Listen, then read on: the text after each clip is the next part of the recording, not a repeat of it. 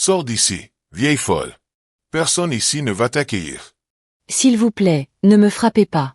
Je ne me souviens plus du chemin pour rentrer. Arrêtez. Ne la frappez plus. Je vais la ramener chez elle. Personne ne lui fera plus de mal. Enfant, tu n'as pas peur des difficultés? Sans nous, elle n'aurait plus personne. Maman! Maman! Mon Dieu! Mon Dieu, je te cherche depuis 2 ans. Elle s'est perdue au marché. Les gens la maltraitaient. Je l'ai ramenée chez moi et je me suis occupée d'elle comme de ma propre mère. Tu as sauvé ma mère. Tu as sauvé toute ma vie. Ce n'est pas seulement une boutique de charbon. C'est un cadeau pour cette fille qui nous a appris que la pauvreté ne signifie pas manquer d'humanité. La vieille femme souffrait de légers troubles mentaux. Ses mains étaient couvertes de terre, ses yeux erraient comme ceux de quelqu'un qui avait tout perdu. Ses pieds nus traînaient sur le sol taché de charbon, chaque pas laissant derrière elle une question dans une vie qui n'avait plus de réponse. Elle se tenait là, à l'entrée du marché au charbon, entourée de vendeurs criards et de véhicules rugissants, comme une rayure déplacée sur la toile bruyante de la gosse. Quelques enfants passèrent en courant, gloussant. « Regardez, la folle !» Une vendeuse de poissons la chassa d'un geste. « Va ailleurs. Ici, ce n'est pas un refuge pour les errants. » La vieille femme sursauta, serrant sa poitrine de ses 2 mains, les yeux écarquillés comme un oiseau effrayé. « S'il vous plaît, ne me frappez pas, » murmura-t-elle, sa voix fine et brisée comme un vent déchiré. « Je ne me souviens plus du chemin pour rentrer. » Les rires, les claquements de langue, les murmures agacés, tout se mêlait. Personne ne s'approchait. Personne ne demandait. Dans un endroit où chacun était épuisé par ses propres combats, une vieille femme perdue n'était qu'un fardeau à écarter le plus vite possible. De l'autre côté de la rue, Amina venait de ficeler un sac de charbon, ses mains calleuses couvertes de poussière noire. Elle se pencha pour serrer la corde autour du sac, tandis qu'une goutte de sueur coulait sur sa tempe. Un souvenir de la toux de sa mère lui traversa l'esprit. « Amina, n'oublie pas d'acheter mon médicament pour le cœur. Si on a encore assez d'argent. » Amina serra les dents, tirant le nœud plus fort. Elle devait tout vendre aujourd'hui. Elle devait rassembler chaque néra possible. Mais cette voix fragile et suppliante coupa le bruit du marché. « S'il vous plaît, ne me chassez pas. Je suis juste perdue. » Amina leva la tête. À travers la foule qui s'était écartée comme une marée qui se retire, elle vit la vieille femme. Son dos voûté, ses cheveux argentés emmêlés, ses vêtements tachés, ses bras et ses jambes éraflées. Ses yeux ne se fixaient sur rien. Comme si elle cherchait un visage familier depuis longtemps, alors qu'elle ne s'en souvenait plus elle-même. Amina sentit sa poitrine se serrer. Elle pensa à sa propre mère, autrefois belle, forte, travaillant 3 emplois pour élever sa fille à travers les saisons de pluie. Maintenant, sa mère était allongée sur un vieux lit en bambou, respirant avec difficulté, incapable de marcher sans s'appuyer sur le bras d'Amina.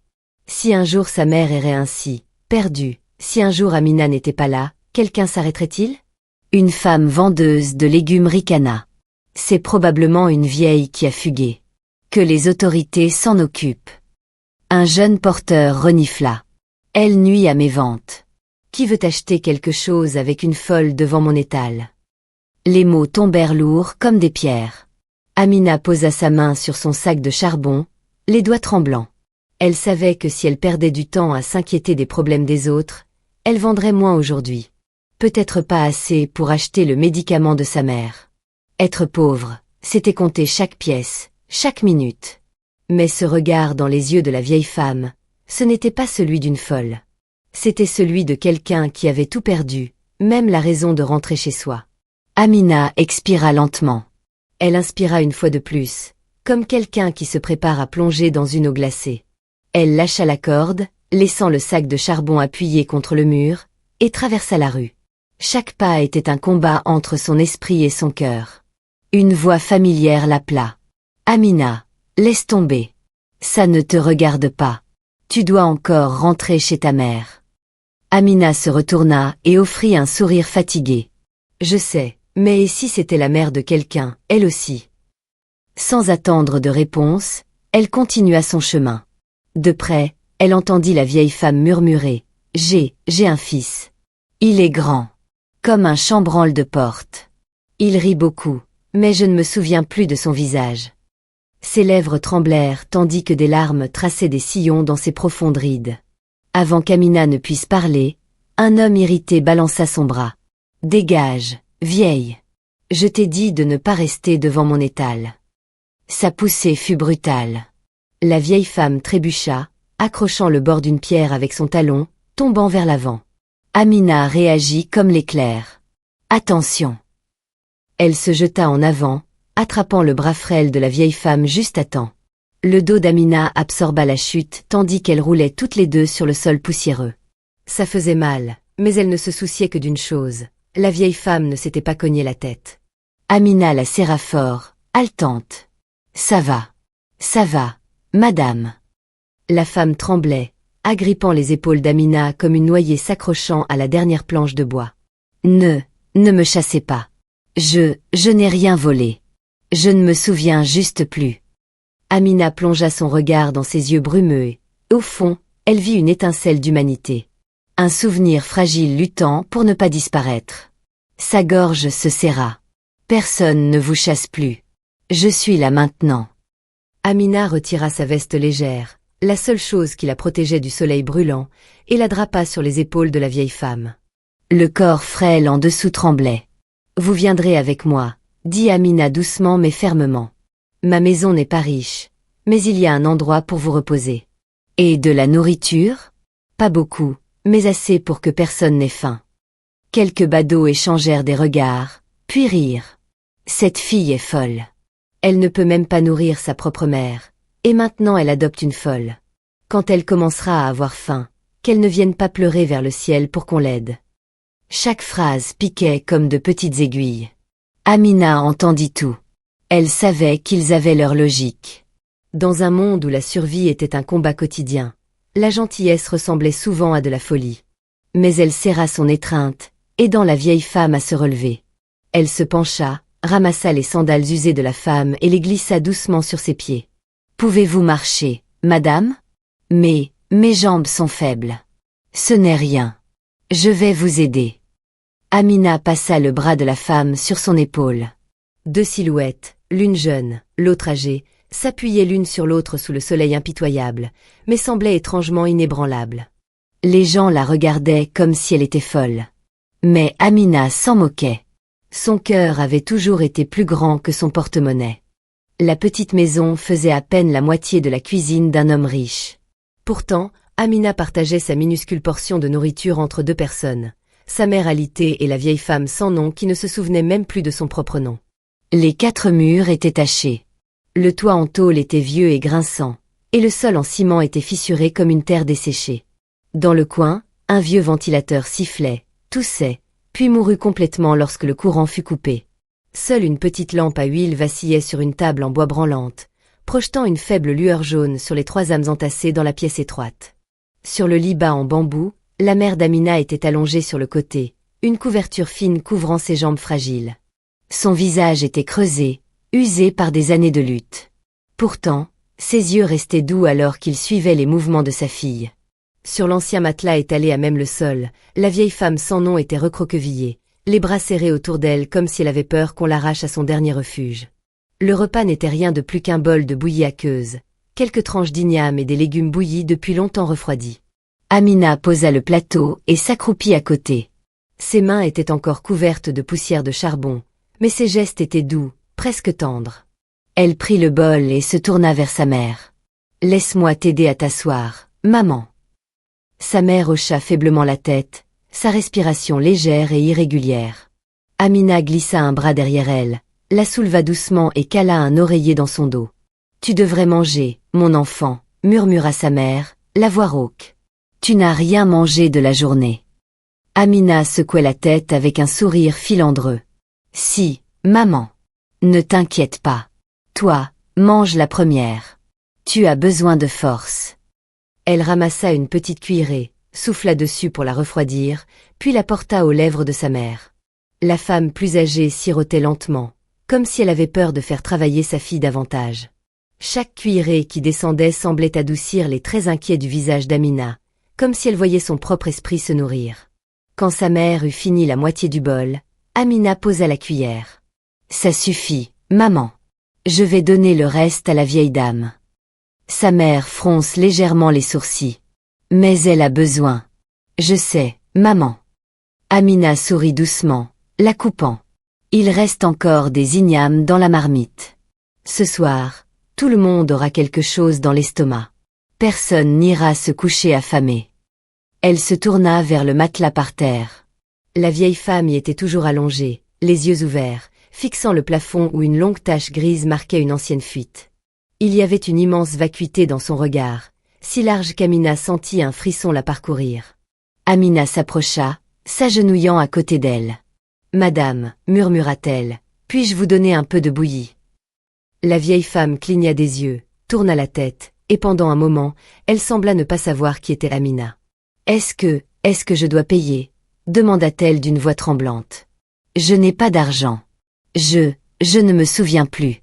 Je crois que je l'ai perdu quelque part. » Les lèvres d'Amina se serrèrent, son cœur se pinçant. Elle secoua lentement la tête avec un sourire chaleureux et doux. « Non, madame. Ici, c'est chez vous. Personne ne vous fera payer. » Le mot « chez vous » fit trembler les lèvres de la vieille femme. Personne ne savait depuis quand elle n'avait plus entendu ce mot prononcé avec chaleur. Amina glissa un mince oreiller sous sa tête et souleva délicatement une cuillerée de bouillie. Ses mains tremblaient après une longue journée à trimballer du charbon, mais elle les stabilisa pour que la cuillère ne renverse pas. La vieille femme buvait par petites gorgées, son regard ne quittant jamais Amina, comme si la jeune fille était la seule encre qui lui restait dans le monde. « Maman, » murmura soudain la vieille femme, « je suis désolée de ne pas être arrivée à temps. » Sa voix s'éteignit, les mots se dissipant dans l'air, fragment d'un souvenir que personne ne pouvait pleinement comprendre. Amina ne demanda rien. Elle avait appris que les personnes âgées portaient souvent des histoires sans nom, des blessures qui n'avaient pas besoin d'être touchées, seulement accompagnées en silence. Quand elles eurent fini de manger, Amina porta les bols au bassin métallique à l'extérieur. L'eau était froide, glaçant ses doigts. Elle releva ses manches et commença à laver. Les bulles de savon se mêlaient aux traces de bouillie et s'écoulaient. Son dos lui faisait mal. Ses bras la brûlaient après une journée entière à porter du charbon, mais elle ne s'autorisait pas à s'arrêter. Il y avait encore du linge à laver, des médicaments à préparer, la respiration de sa mère à vérifier, la couverture à remonter pour la vieille femme. De petites tâches répétées jour après jour, mais pour Amina, c'étaient les seules choses qui empêchaient son monde de s'effondrer. Elle accrocha les bols pour les faire sécher et rentra. La lampe à huile vacillait, le vent s'infiltrant par une fissure dans la porte, faisant trembler la flamme et étirer son ombre sur le mur. Une longue silhouette mince, debout malgré tout. Amina rapprocha le petit bassin d'eau tiède, y trempa un linge, l'essora et s'assit au chevet de sa mère. « Je vais te laver le visage maintenant, maman. » Sa mère hocha la tête. Avec des mouvements lents et tendres, Amina essuya chaque trait du visage de sa mère. Chaque ride qu'elle connaissait par cœur. Les lignes autour de ses yeux, creusées par des années de sourire malgré les difficultés. Les plis sur son front, formés par des nuits d'attente pour que sa fille rentre du marché. Quand elle eut fini avec sa mère, Amina se tourna vers la vieille femme. Celle-ci était à moitié endormie, sursautant de temps en temps, comme si quelqu'un l'appelait dans ses rêves. Amina s'arrêta, étudiant son visage. Si on effaçait la saleté, si on gommait les rides, peut-être qu'il y a longtemps, cette femme aussi était une mère se précipitant à travers un marché, achetant des légumes et du riz pour son enfant.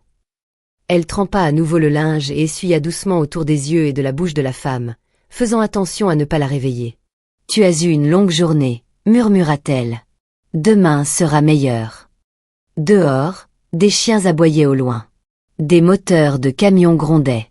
Dans la pièce, tout s'adoucissait. Le bruit du linge sur la peau, la respiration des deux mères, et le rythme régulier et silencieux du cœur d'Amina. Quand tout fut terminé, Amina baissa la lampe jusqu'à ce qu'une fine lueur montre le chemin. Elle s'assit sur la vieille chaise en bois près du lit de sa mère et s'adossa au mur. Ses yeux étaient fatigués, mais elle refusait de les fermer. La voix de sa mère s'éleva, rauque mais chaude. « Amina. »« Oui, maman. »« Tu as besoin d'eau. »« Non. » Sa mère secouait doucement la tête. « Je veux juste te regarder un moment. » Amina se tourna et prit la main sèche et fragile de sa mère. La même main qui, autrefois, l'avait protégée du soleil quand elle était enfant, maintenant petite et légère comme une feuille tombée. Amina, dit sa mère lentement, en choisissant ses mots avec soin, la vie te rendra l'appareil. J'y crois. Amina sourit, lasse mais tendre. Je n'attends pas que la vie me rende quoi que ce soit. Je ne veux juste que personne ne soit abandonné. Comme toi, tu l'as été un jour. Un après-midi, en vendant du charbon, Amina remarqua que la vieille femme regardait souvent le ciel, comme si elle cherchait quelqu'un. Le coucher de soleil de Lagos s'étendait en longues traînées sur les toits ondulés, peignant le marché de charbon d'un orange profond, comme une image que quelqu'un aurait accidentellement brûlée sur les bords. Les gens s'affairaient autour, marchandaient, riaient, criaient, mais la vieille femme restait à l'écart, perchée sur un tabouret en bois devant le petit étal d'Amina. Ses yeux ne suivaient aucun visage, aucun mouvement. Ils étaient fixés sur le ciel parsemé de nuages pâles. Amina, combien pour un sac de charbon? Une femme d'âge moyen appela. Amina se retourna rapidement, souleva un sac sur la balance, souriant par habitude, ses mains bougeant avec la rapidité pratique de quelqu'un qui travaille tous les jours. Mais entre un levage et le suivant, elle jetait toujours un regard en arrière vers la vieille femme. Celle-ci était assise, voûtée, les mains posées sur ses genoux, fixant un endroit lointain, un endroit sans bruit de marché, sans poussière, sans chuchotement. Comme si quelqu'un, au-delà de ce ciel, l'attendait. Attendant sans fin, ignorant que la personne qu'ils attendaient s'était perdue quelque part dans sa propre vie. « Madame, le soleil est trop fort. Veuillez vous asseoir à l'ombre, » dit Amina doucement après avoir posé le sac. La femme sursauta, comme tirée d'un rêve. « Oh, oh, c'est toi, mon enfant, » clignotait-elle des yeux. « Ici, c'est bien. Je regardais juste le ciel. » Entre les mots « maman » et « je », sa voix trébucha, butant sur un souvenir qui ne formait pas tout à fait un nom.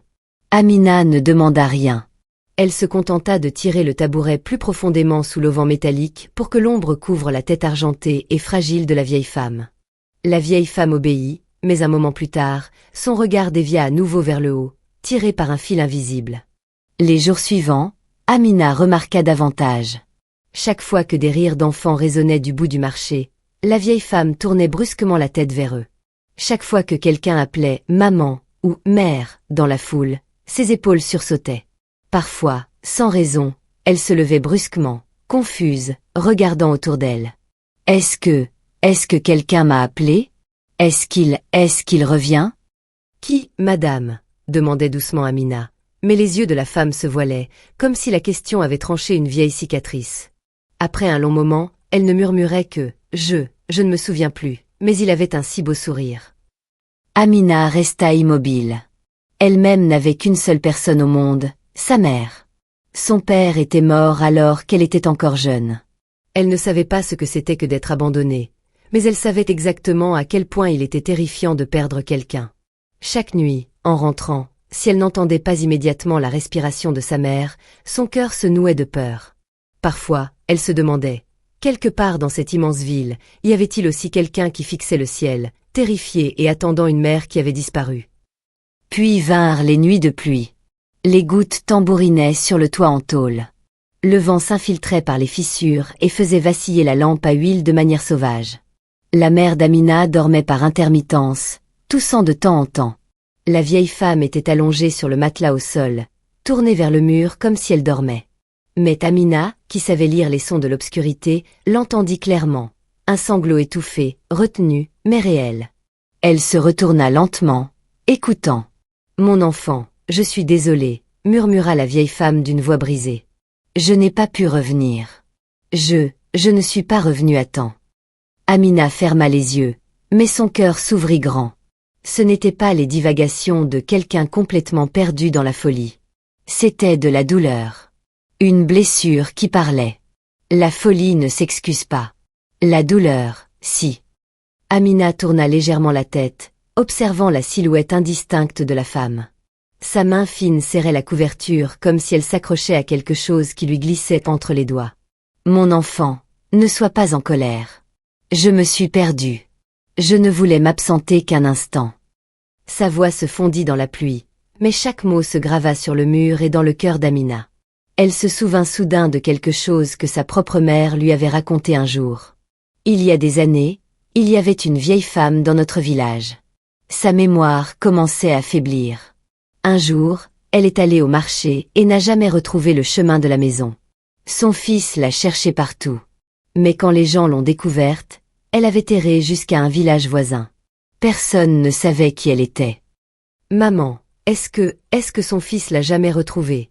Avait demandé la petite Amina, les yeux écarquillés. Personne ne sait, avait soupiré sa mère. Mais je prie seulement pour que, si un jour je me perdais, quelqu'un s'arrête et demande « Maman, où vas-tu » À l'époque, Amina n'y avait pas beaucoup réfléchi. Cette nuit-là, en entendant la vieille femme pleurer dans son oreiller, cette vieille histoire ne lui semblait plus être celle de quelqu'un d'autre. Le lendemain matin, en poussant son premier sac de charbon vers le marché, Amina décida de demander. La vieille femme était assise dans la charrette derrière elle, agrippant les côtés comme un enfant, effrayée de tomber. La route de terre menant au marché les secouait à chaque bosse, mais Amina marchait lentement pour que le dos de la femme ne souffre pas. « Madame, » commença doucement Amina, « vous souvenez-vous d'où vous viviez avant? Était-ce ici, à Lagos, ou ailleurs ?» La femme resta silencieuse si longtemps qu'Amina crut qu'elle n'avait pas entendu. Alors qu'elle s'apprêtait à changer de sujet, la vieille femme murmura très doucement. Une maison avec une clôture blanche, un grand manguier dans la cour. Chaque après-midi, il s'asseyait là, balançant ses jambes, me souriant. « Qui, madame ?» demanda Amina, faisant attention à ne pas respirer trop fort. « Mon fils. » Sa voix était claire, ferme pour la première fois. Il n'était ni grand ni petit, mais je devais toujours lever les yeux vers lui. Il marchait trop vite, toujours devant moi. Pour un instant, elle n'était plus une vieille femme sans nom. Elle était une mère, se souvenant de son enfant. « Et comment vous êtes-vous perdu ?» continua doucement Amina. « Je suis allée au marché. Il m'avait dit d'attendre à la maison. Je voulais juste acheter des fruits. Il adorait les mangues. » Ses lèvres tremblèrent. Puis l'histoire s'interrompit. Elle pressa sa paume contre son front, essayant désespérément d'attraper un souvenir qui lui glissait entre les doigts. Amina n'insista pas. Quand elles arrivèrent à la porte du marché, elle ajusta l'écharpe de la femme et la conduisit à sa place habituelle. Cet après-midi-là, alors que le marché se calmait, que les gens commençaient à plier leurs étals, Amina le vit à nouveau. La vieille femme, assise immobile, les mains sur les genoux, les yeux non pas sur le chemin des foules, mais sur le ciel qui virait au violet profond. « Vous pensez à votre fils ?» demanda doucement Amina. La vieille femme se tourna légèrement. Une faible étincelle illumina ses yeux voilés. « Tu as une mère, toi aussi, n'est-ce pas ?» demanda-t-elle à la place. « Oui, » répondit Amina. « Elle est à la maison. Elle est malade, alors je dois vendre du charbon. » La vieille femme hocha lentement la tête, puis regarda à nouveau le ciel. « Alors dis-moi, si un jour ta mère partait et ne revenait jamais, la chercherais-tu » Amina n'hésita pas. « Oui, je la chercherais partout. Si je devais traverser tout Lagos, tout le Nigeria, je continuerais à chercher. » La vieille femme ferma les yeux. Une seule larme coula. Personne ne savait si c'était de la sueur ou une larme. « J'aimerais qu'il pense de même, » murmura-t-elle. À cet instant, Amina sentit que quelque chose n'allait pas. Pas seulement que la femme avait été abandonnée. Pas seulement qu'elle s'était perdue, mais que quelque part, quelque chose entre eux s'était brisé. Un malentendu, une dispute inachevée, un accident soudain, une porte qui s'était fermée trop vite. Cette nuit-là, après que sa mère se fut endormie, Amina resta allongée sur son mince matelas, fixant le plafond. À côté d'elle, la vieille femme se tournait, murmurant des phrases brisées. « Attends-moi. Je rentrerai à la maison. Je ne suis sortie qu'un instant. Ne pleure pas. Les garçons ne doivent pas pleurer. Ne me blâme pas. Je me suis perdue. » Chaque phrase ressemblait à une mère parlant à son fils, non pas hier, mais il y a de nombreuses années. Des excuses jamais livrées. Des promesses jamais tenues. Alors que la pluie s'adoucissait dehors, Amina comprit que la vieille femme ne regardait pas le ciel pour passer le temps. Elle regardait vers le seul endroit que son cœur n'avait jamais quitté, même si ses pieds l'avaient emmené loin. Certaines personnes perdent leur foyer. D'autres perdent leur chemin dans les rues, mais certaines perdent leur place dans les bras même des gens qu'elles aiment. Amina comprit alors que la vieille femme n'était pas seulement perdue. Elle avait perdu sa famille. Ce jour-là, un SUV noir élégant freina brutalement dans le marché poussiéreux. Le crissement des freins déchira l'air, soulevant un nuage de poussière froide qui fit lever les mains de certains vendeurs pour se protéger le visage. Amina était penchée, attachant l'ouverture d'un sac de charbon, la sueur traçant une ligne le long de son cou. Ô son étrange, elle leva les yeux par instinct. La voiture s'était arrêtée juste à l'entrée du marché, un endroit généralement occupé par des motos cabossées et de vieux camions de légumes. Sa carrosserie brillait, les vitres teintées sombres, les plaques d'immatriculation spéciale scintillant sous la lumière, au milieu de tous les étals rapiécés, les sacs, la boue et la poussière de charbon. On aurait dit quelque chose tombé d'un autre monde. La portière s'ouvrit. Un homme en costume en sortit, portant une aura de désespoir et de tension. Sa cravate était légèrement de travers, sa main serrait encore son téléphone, les veines saillantes sur son poignet. Il ne ressemblait pas à ces hommes riches qui s'arrêtaient au marché par amusement. Il avait l'air de quelqu'un qui courait contre quelque chose d'invisible. Ses yeux balayèrent le marché. Visage après visage, tête après tête, dos courbé sur des sacs de charbon, paniers de poissons, caisses de légumes, tout défilait sous son regard sans le retenir. Les gens commencèrent à chuchoter. Qui est-ce? Ce doit être un grand patron qui vient vérifier ses marchandises. Cette voiture coûte plus que tout ce marché. Mais l'homme ne semblait entendre personne. Il marchait si vite qu'il faillit percuter un étal de légumes. « Excusez-moi, s'il vous plaît, halta-t-il. Avez-vous vu une vieille femme? Les cheveux gris, a tendance à errer par ici. » La vendeuse de légumes fronce les sourcils. « Frère, la gosse est remplie de vieilles femmes qui errent. » Il se mordit la lèvre, luttant contre la panique qui montait dans sa gorge. La main tenant son téléphone tremblait légèrement. À l'écran, une vieille photo était encore ouverte. Une femme âgée au visage doux souriant devant un manguier, son bras autour de ses épaules. Il avala sa salive. Ma mère est un peu sénile. Elle a disparu depuis 2 ans. On m'a dit qu'une vieille femme comme elle avait été vue ici. Sa voix se brisa sur les mots « ma mère ». Quelque chose dans sa façon de parler empêcha la vendeuse de légumes de lancer une autre remarque désinvolte. Elle hésita, puis pointa du doigt vers le bout de la rangée. Depuis un certain temps, il y a une vieille femme. La fille qui vend du charbon l'a prise sous son aile. Elle est assise là-bas, à côté de ce petit étal de charbon. Son regard se tourna brusquement dans cette direction.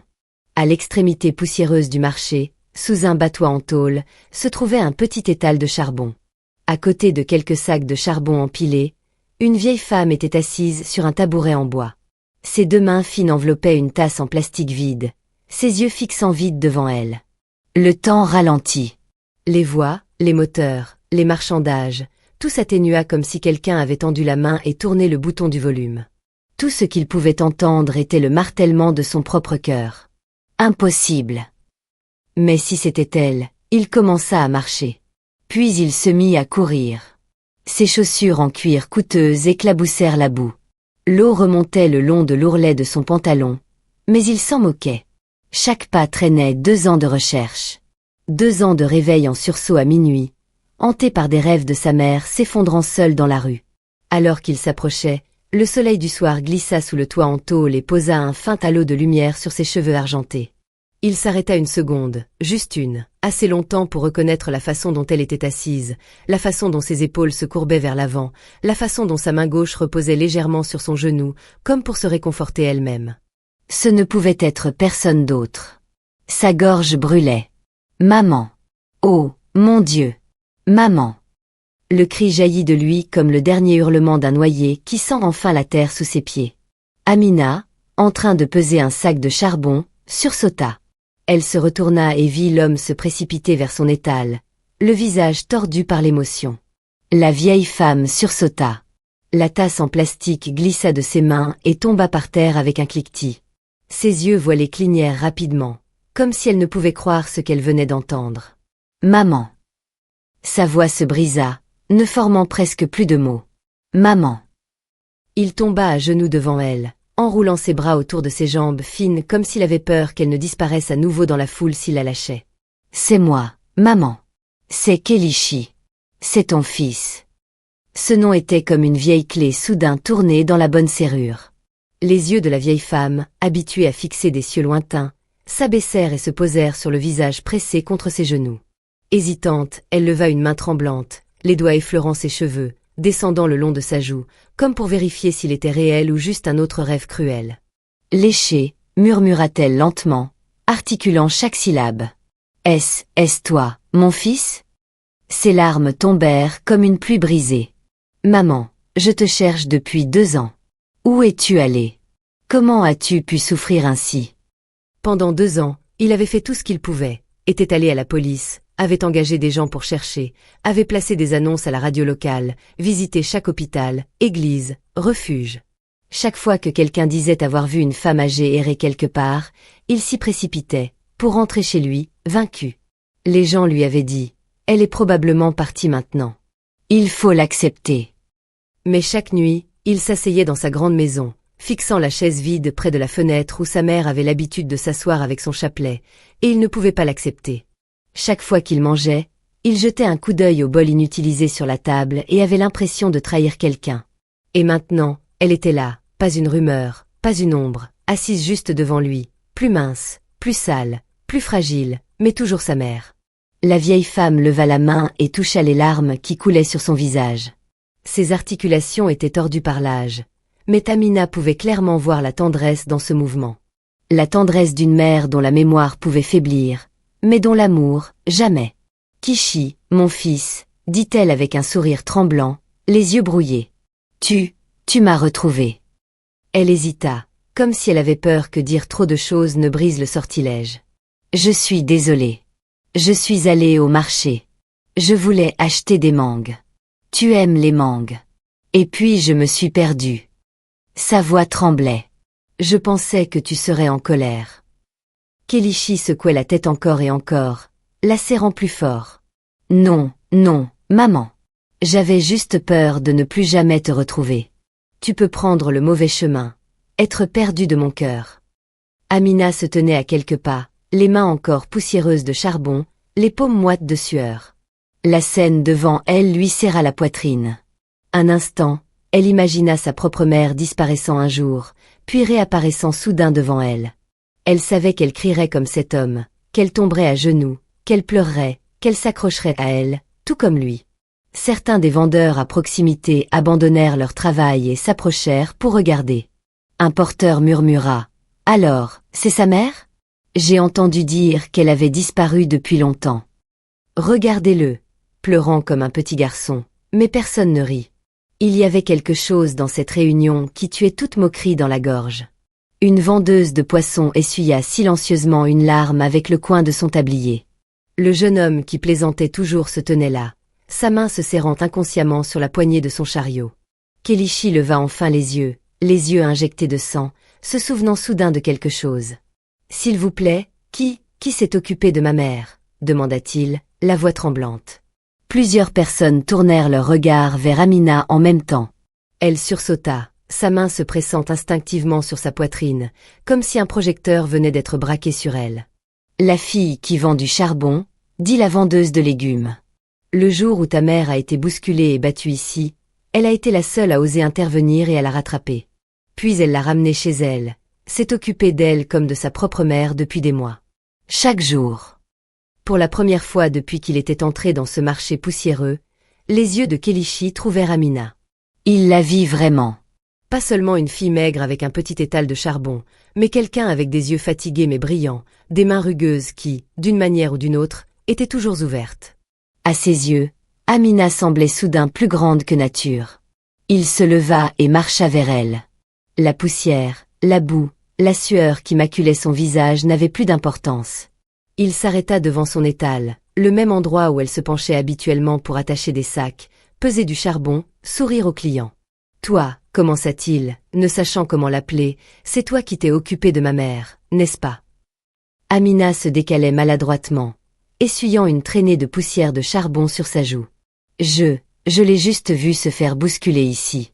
Je n'ai pas pu supporter ça. » Il avala sa salive, luttant pour empêcher sa voix de se briser à nouveau.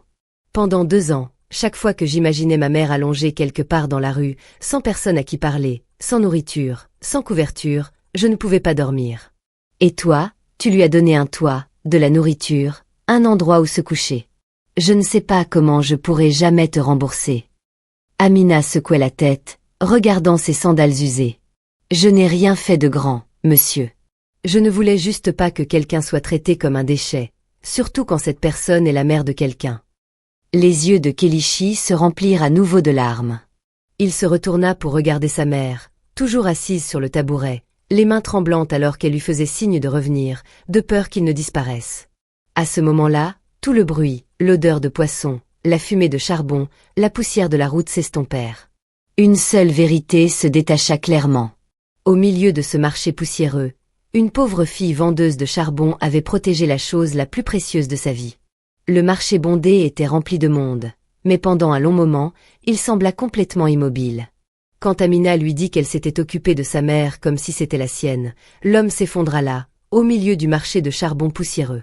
Pas le genre de pleurs bruyants et désordonnés, mais le genre silencieux. Celui qui vient d'un cœur qui a trop enduré, trop retenu, et qui ne peut plus supporter le poids de la vérité qui se déploie devant lui. Il leva une main pour se couvrir le visage, mais ses larges épaules tremblèrent encore et encore. Tout le marché se tut. Plus de marchandage, plus de cris. Un homme riche, quelqu'un que tout le monde supposait puissant, fier, intouchable, s'effondrait maintenant dans la poussière devant une pauvre fille vendeuse de charbon, vaincue par l'amour qu'il portait à sa mère.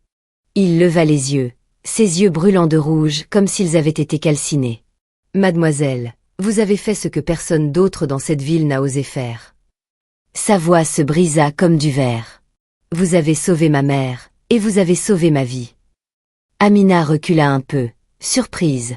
Ses doigts serraient toujours la corde d'un sac de charbon, comme si le lâcher aurait aussi fait perdre le fragile calme qu'elle essayait de garder. « S'il vous plaît, ne dites pas ça, » murmura-t-elle. « J'ai juste vu qu'elle était perdue. Je ne pouvais pas la laisser là. » Mais il ne la laissa pas finir. Il tomba à genoux devant elle. Une seconde, 2 secondes, tout le marché se figea. Personne ne pouvait croire ce qu'il voyait. À genoux. C'était quelque chose que les hommes puissants, les hommes riches, ceux habitués à se tenir au-dessus des autres, ne faisaient jamais. Mais il le faisait sans hésitation, sans honte, sans se soucier de qui le regardait.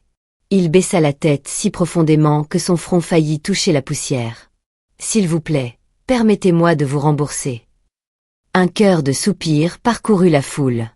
De pauvres travailleurs du marché qui n'avaient jamais été témoins d'une telle scène de leur vie. Amina était stupéfaite.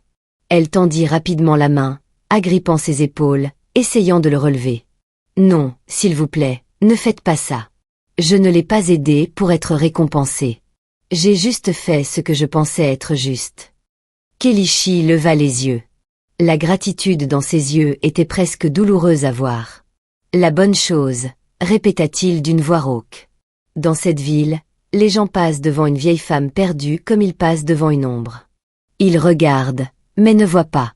Ils entendent, mais n'écoutent pas. » Il soutint son regard. « Mais toi, tu as vu ma mère. Tu l'as vue comme un être humain. Ce n'est pas quelque chose que tout le monde fait. » Amina serra les lèvres, submergée. Une bourrasque balaya le marché, soulevant des nuages de poussière de charbon dans l'air. Un petit garçon aidant sa mère à peser du poisson resta figé, les yeux écarquillés. Les femmes vendeuses de légumes essuyèrent les coins de leurs yeux avec leurs manches. Même le porteur, d'ordinaire plaisantin, se tenait derrière Amina, les poings serrés, luttant contre des émotions qu'il ne savait pas nommer. Lentement, Kelichi se releva, soigneusement, comme s'il craignait d'effrayer la petite fille qui se tenait devant lui. Puis il parla à nouveau, la voix plus ferme, plus forte. « Vous dites que vous avez fait ce qui était juste. » Il prit une profonde inspiration.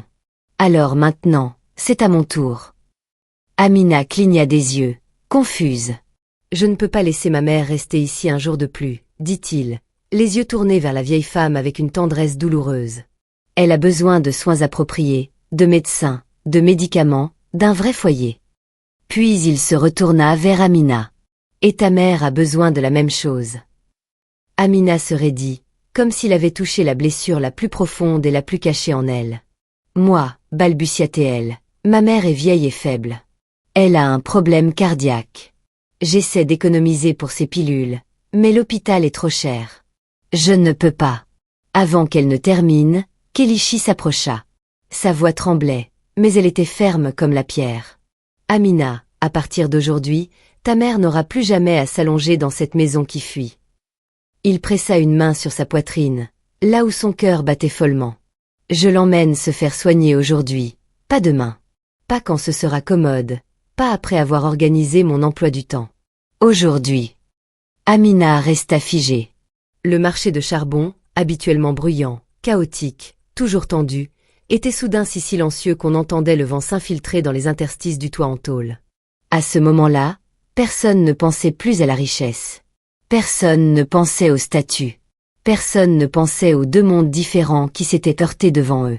Tout le monde comprenait une chose. Une pauvre fille avait sauvé la mère de quelqu'un. Et maintenant, le destin revenait pour sauver la sienne. L'homme qui se tenait devant Amina, stable, sincère, débordant de gratitude, la regardait comme s'il venait de trouver quelque chose de précieux. Puis, lentement, clairement, il répéta les mots, un vœu gravé dans l'air. « Alors laisse-moi faire ce qui est juste pour ta mère. » Il fit une pause. Et avec le poids d'une promesse jurée devant le monde, il dit « Je l'emmènerai se faire soigner aujourd'hui. » Dans la semaine qui suivit, la vie d'Amina changea si rapidement qu'elle pouvait à peine croire que c'était encore la sienne. Dès le premier matin, le SUV noir se gara juste devant sa petite maison, non pas pour susciter des ragots, ni pour le spectacle, mais pour emmener sa mère à l'hôpital. La mère d'Amina était allongée sur un brancard propre, soulevée délicatement par deux infirmières, chaque mouvement soigné et respectueux. Elle serra la main de sa fille, confuse et anxieuse. « Amina, comment pouvons-nous nous payer un hôpital comme celui-ci ?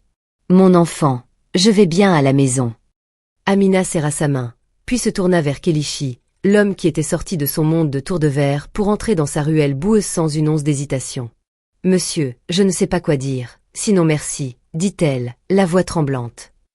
Kelichi secouait la tête. « Ne me remercie pas pour ce que ma famille aurait dû faire. Sans toi, je n'aurais peut-être plus de mère aujourd'hui. » Il se pencha en avant et parla à sa mère avec un profond respect. « Mère, permettez-moi de vous appeler ainsi. À partir d'aujourd'hui, votre santé est notre responsabilité, pas seulement celle d'Amina. » La mère d'Amina leva les yeux vers lui, les yeux brillants. Elle avait passé toute sa vie à être piétinée, mais presque jamais respectée. L'hôpital où ils arrivèrent était l'un des plus avancés de Lagos. Amina n'avait jamais mis les pieds dans un endroit aussi lumineux, aussi impeccable. De larges couloirs, des murs blancs, l'odeur nette de l'antiseptique, les pas réguliers des médecins résonnant sur le sol. Tout la faisait se sentir aussi petite qu'un grain de poussière. Pourtant, au milieu de toute cette étrangeté, elle serra fermement la main de sa mère, comme si c'était le seul fil qui la reliait au monde qu'elle comprenait. Le médecin, un homme calme d'âge moyen, examina les scans et regarda Amina. Si elle était arrivée plus tard, son cœur se serait affaibli bien davantage, mais elle est encore soignable. Nous utiliserons des médicaments, une surveillance, et peut-être quelques interventions mineures. Le cœur d'Amina se serra au mot « intervention ». Docteur, les frais de l'hôpital. Avant qu'elle ne puisse terminer, Kelichi intervint. Je m'en occupe. Vous n'avez pas à vous inquiéter de l'argent. La seule chose qu'Amina doit faire est de permettre à sa mère de recevoir les soins qu'elle mérite. Les simples mots brisèrent le mur invisible qu'Amina avait porté toute sa vie. Le mur appelé « tout faire seul ». Pour la première fois, le poids sur son dos se sentait vraiment partagé. Pendant que la mère d'Amina restait à l'hôpital, surveillée par des machines qu'elle n'avait vues qu'à la télévision, la vieille femme sans nom fut également transférée dans un établissement de soins professionnels. Kelichi emmena Amina lui rendre visite un après-midi. La pièce était lumineuse, avec une fenêtre donnant sur le jardin. La vieille femme portait un pyjama propre, ses cheveux peignés soigneusement, une tasse de thé chaud sur sa table de chevet. Le thérapeute expliqua qu'elle souffrait de perte de mémoire et de traumatisme psychologique dû au fait d'être perdue et effrayée pendant longtemps, mais sa mémoire n'était pas complètement partie. Nous l'aiderons à reconstituer lentement les morceaux. Quand elle vit Amina, les yeux de la vieille femme s'illuminèrent un peu. La fille au charbon, tu es venue.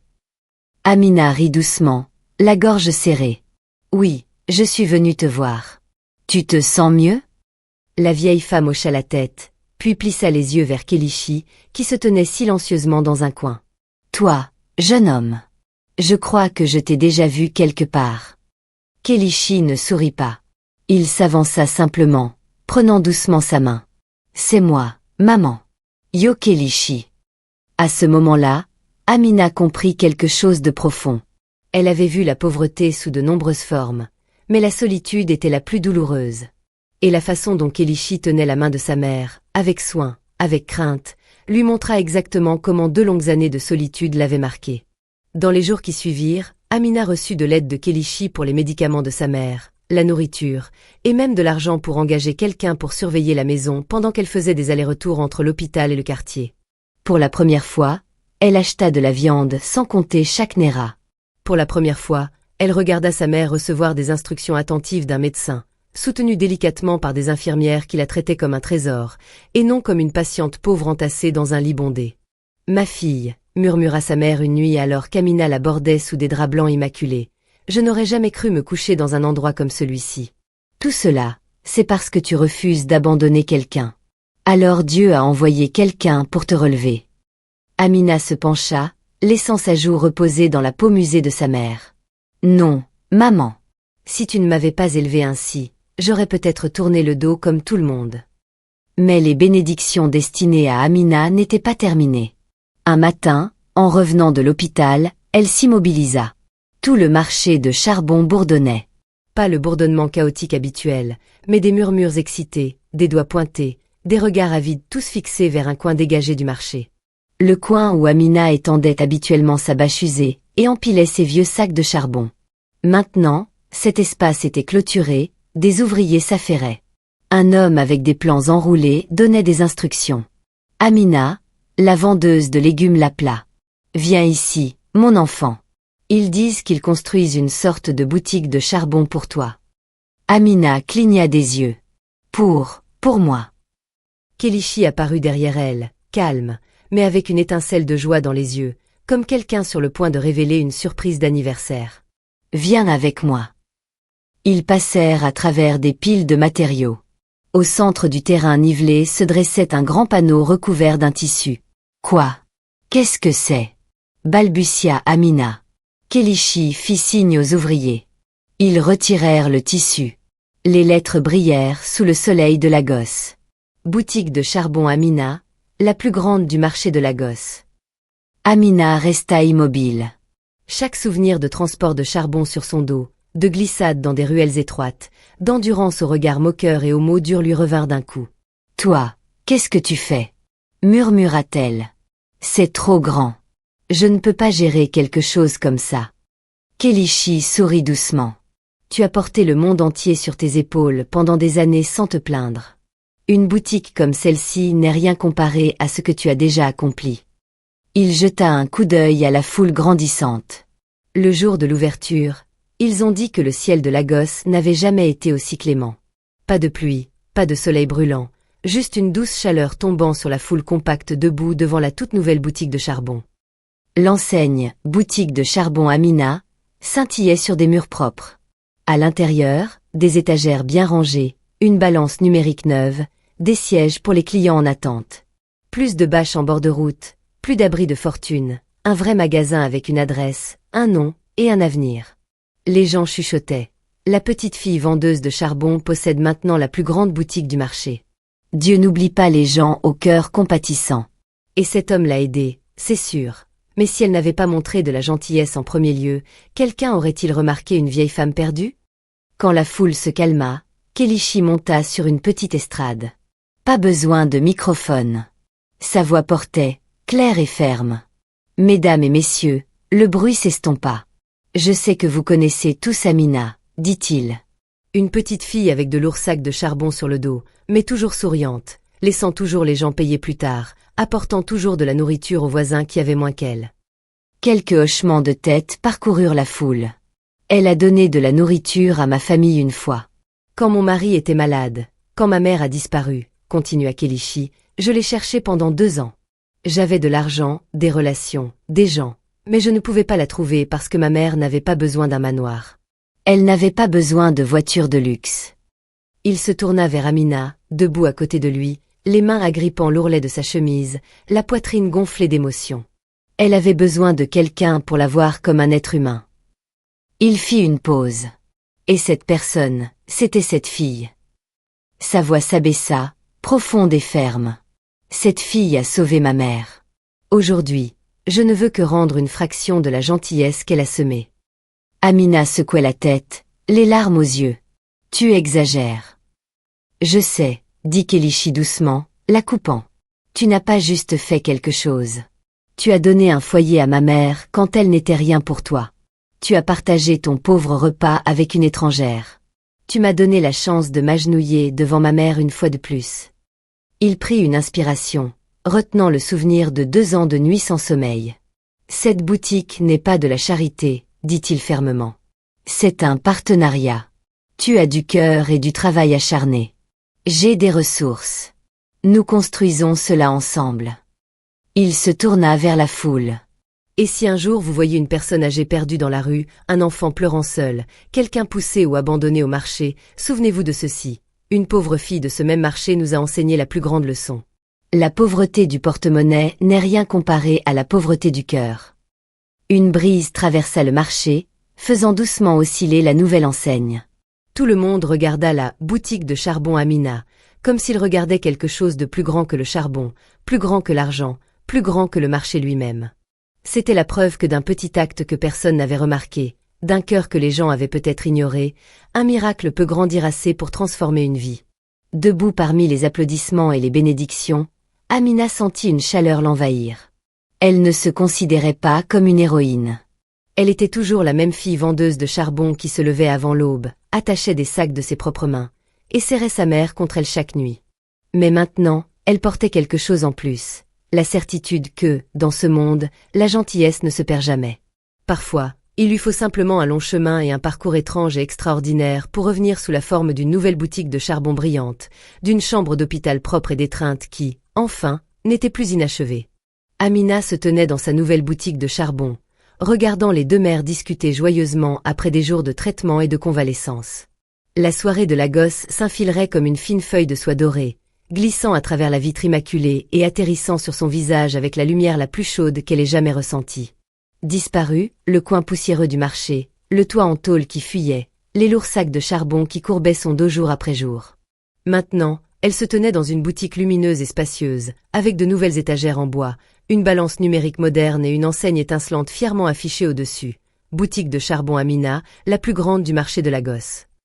Il était difficile de croire qu'il y a quelques semaines à peine, tout son monde était le petit port de charbon, l'emballage des sacs avec de la toile de jute déchirée, comptant chaque pièce pour acheter les médicaments de sa mère. Des rires flottaient depuis l'arrière-boutique. Sa mère, le visage plus plein maintenant, la voix plus forte grâce à des soins appropriés. Et la vieille femme, avec un nom maintenant, des souvenirs qui revenaient, se souvenant de son fils, de ses plats préférés, ne fixant plus le ciel avec le regard vide de quelqu'un qui avait perdu toute sa vie. Elles étaient assises proches l'une de l'autre, leurs mains fragiles serrées comme 2 vieilles amies retrouvées après un long et brutal voyage. Amina les regardait, le nez piquant d'émotion. Elle se souvenait des nuits allongées sur un mince matelas, écoutant la respiration laborieuse de sa mère, entendant la vieille femme pleurer dans son sommeil, croyant que la vie ne lui avait donné que des difficultés et des responsabilités. Elle se souvenait de la journée d'orage où elle avait poussé sa charrette sous la pluie, trempée jusqu'aux os, mais refusant de s'arrêter. Elle se souvenait des regards moqueurs, des voix chuchotantes qui disaient qu'elle ne s'échapperait jamais de la pauvreté. Et elle se souvenait du jour où la vieille femme avait été reconnue. Le jour où le cri de Kélichi avait brisé le silence du marché. Le jour où les vies de 3 personnes s'étaient entrechoquées, non pas à cause du destin, mais parce qu'une jeune fille vendeuse de charbon avait refusé de tourner le dos à la souffrance de quelqu'un d'autre. Amina n'était pas une héroïne. Elle était juste une fille vendeuse de charbon aux mains calleuses et au cœur qui choisissait toujours les autres. Mais c'était cela qui avait créé un miracle. Kélichi entra dans la boutique, les manches retroussées, souriant doucement. « Regarde, dit-il. Les clients commencent déjà à arriver. » Amina se retourna. Dehors, plusieurs personnes du marché faisaient la queue. La vendeuse de poissons, le grand porteur, quelques filles vendeuses de légumes. Elle lui souriait, non pas avec pitié ou curiosité indiscrète, mais avec un respect sincère. « Ils sont là à cause de toi, » dit Kélichi doucement. Amina secouait la tête, souriant avec douceur. « Non, ils sont là parce que je suis toujours la même Amina. J'ai juste une nouvelle chance. Mon cœur n'est pas nouveau. » Kélichi l'observa longuement, comme s'il voulait dire quelque chose de plus, mais se contenta de hocher la tête. La clochette au-dessus de la porte tinta alors qu'une brise s'infilerait. Amina s'approcha du comptoir, posant sa main sur la nouvelle balance, la balance dont elle avait rêvé toute sa vie. Elle ne penchait plus ni ne vacillait comme l'ancienne. Elle se tenait ferme, comme sa vie se tenait ferme désormais. Par derrière, les deux mères apparurent. La mère d'Amina, bras dessus bras dessous avec la vieille femme, marchait lentement mais sûrement. « Nous sommes venus t'aider à vendre », taquina sa mère. « Ça fait longtemps que je n'ai pas senti l'odeur du charbon. Ça me manquait. » Tout le monde rit. Amina aussi. Son cœur s'adoucissait comme de la cendre fraîche après une flamme mourante. Elle se tenait au milieu de la boutique, baignée de lumière dorée du soir, entre deux mères qui avaient enduré la douleur sans perdre la foi, entourée de voisins qui avaient observé son parcours, d'une pauvre fille vendeuse de charbon à la propriétaire de la plus grande boutique du marché. Amina comprenait une chose clairement, ce qu'elle avait aujourd'hui ne venait pas de l'argent. L'argent pouvait acheter une maison, des médicaments, même une boutique de charbon brillamment éclairée, mais l'argent ne pouvait pas acheter le cœur des gens. Il ne pouvait pas acheter la gentillesse qu'elle avait offerte à la vieille femme. Il ne pouvait pas acheter les larmes reconnaissantes de Kélichi. Il ne pouvait pas acheter l'amour que tout le marché portait maintenant à Amina. Elle avait appris une vérité que beaucoup ne comprenaient jamais tôt. L'argent peut construire une maison, mais la gentillesse construit une vie. Et cette vie, aujourd'hui, se dressait fièrement au milieu d'un marché animé, rempli de rires, de bavardages et du doux cliquetis du charbon tombant dans de nouveaux sacs propres. Amina ferma les yeux un instant, laissant le soleil du soir embrasser son visage. Elle n'avait jamais imaginé que la petite gentillesse qu'elle avait offerte autrefois reviendrait non pas sous forme d'argent, mais de bonheur. La gentillesse ne perd jamais son chemin. Elle attend simplement le bon moment pour revenir sous la forme la plus belle. Et pour Amina, aujourd'hui était ce beau moment. Il y a des choses dans ce monde qui n'ont pas besoin d'être grandioses pour compter. Un bol de riz partagé en deux. Une paire de mains soulevant quelqu'un qui est tombé. Une simple question. « Mère, où vas-tu ? Laisse-moi te ramener à la maison. » Parfois, ce sont les plus petits actes qui sauvent une vie entière. Amina n'était pas riche en argent, mais riche de cœur. Et cette gentillesse avait ouvert des portes que même la richesse n'aurait jamais pu déverrouiller. Souvenez-vous de ceci, l'argent peut construire une maison, mais seule la gentillesse peut construire un foyer. L'argent peut nous mener loin, mais c'est la gentillesse qui nous ramène les uns aux autres.